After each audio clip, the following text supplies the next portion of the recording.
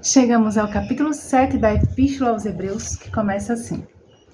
Porque este Melquisedeque, que era rei de Salém, sacerdote do Deus Altíssimo, e que saiu ao encontro de Abraão quando ele regressava da matança dos reis e o abençoou, a quem também Abraão deu o dízimo de tudo.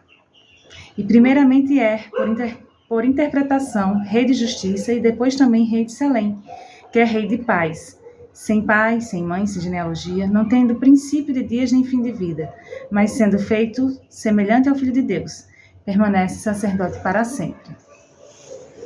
Considerai, pois, quão grande era este, a quem até o patriarca Abraão deu os dízimos dos despojos, e os que dentre os filhos de Levi recebem o sacerdócio, têm ordem, segundo a lei, de tomar o dízimo do povo, isto é, de seus irmãos, ainda que tenham saído dos lombos de Abraão. Mas aquele cuja genealogia não é contada, entre eles tomou dízimos de Abraão, e abençoou o que tinha as promessas. Ora, sem contradição alguma, o menor é abençoado pelo maior. E aqui certamente tomam dízimos homens que morrem, ali, porém, aquele de quem se testifica que vive. E para assim dizer, por meio de Abraão até Levi, que recebe dízimos, pagou dízimos. Porque ainda ele estava nos lombos de seu pai, quando Melquisedeque lhe saiu ao encontro, de sorte que se a perfeição fosse pelo sacerdócio levítico, porque sob ele o povo recebeu a lei, que necessidade havia logo de que outros sacerdotes se levantasse, segundo a ordem de Melquisedeque, e não fosse chamado segundo a ordem de Arão? Porque mudando-se o sacerdócio, necessariamente se fez também mudança da lei. Porque aquele de quem estas coisas se dizem, pertencem a outra tribo, da qual ninguém serviu ao altar. Visto ser manifesto que nosso Senhor procedeu de Judá, e concernente a essa tribo nunca Moisés falou de sacerdócio. E muito mais manifesto é ainda se a semelhança de Melquisedeque se levantar outro sacerdote, que não foi feito segundo a lei do mandamento carnal, mas segundo a virtude da vida incorruptível. Porque dele assim se testifica, tu és sacerdote eternamente, segundo a ordem de Melquisedeque. Porque o precedente mandamento é abrogado por causa da sua fraqueza e inutilidade, pois a lei nenhuma coisa aperfeiçoou, e desta sorte é introduzida uma melhor esperança pela qual chegamos a Deus. E visto, como não é sem prestar juramento, porque certamente aqueles sem juramento foram feitos sacerdotes. Mas este, com juramento, por aquele que lhe disse, jurou o Senhor, e não se arrependerá. Tu és sacerdote eternamente, segundo a ordem de Melquisedeque.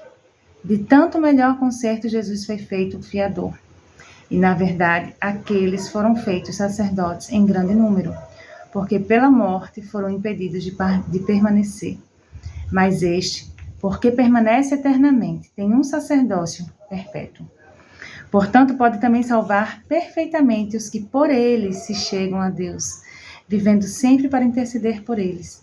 Porque nos convinha tal sumo sacerdote, santo, inocente, imaculado, separado dos pecadores e feito mais sublime do que os céus, que não necessitasse, como os sumos sacerdotes, de oferecer cada dia sacrifícios, primeiramente por seus próprios pecados e depois pelo do povo, porque isto fez ele, uma vez, oferecendo-se a si mesmo, porque a lei constitui sumos sacerdotes a homens fracos, mas a palavra do juramento, que veio depois da lei, constitui ao Filho de Deus, tá?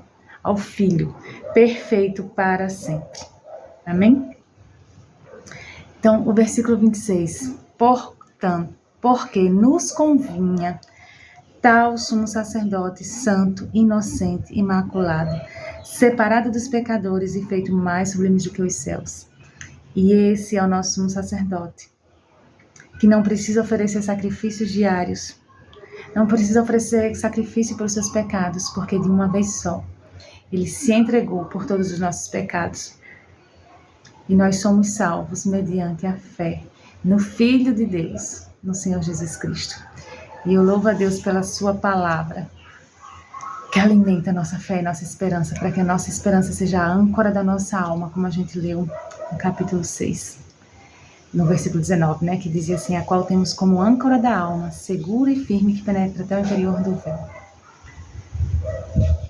Que bom poder ter essa esperança como âncora da nossa alma. Que assim, por mais que... Não tem dias que a gente diz assim, minha alma está fora do corpo. Ai, meu Deus do céu, hoje eu estou tão desorientada que minha alma está fora do corpo. Mas nós temos uma âncora que nos traz firme, para um lugar firme. Um lugar firme de confiança, de esperança no Senhor. Amém? Eu louvo a Deus pela sua vida e até o próximo capítulo.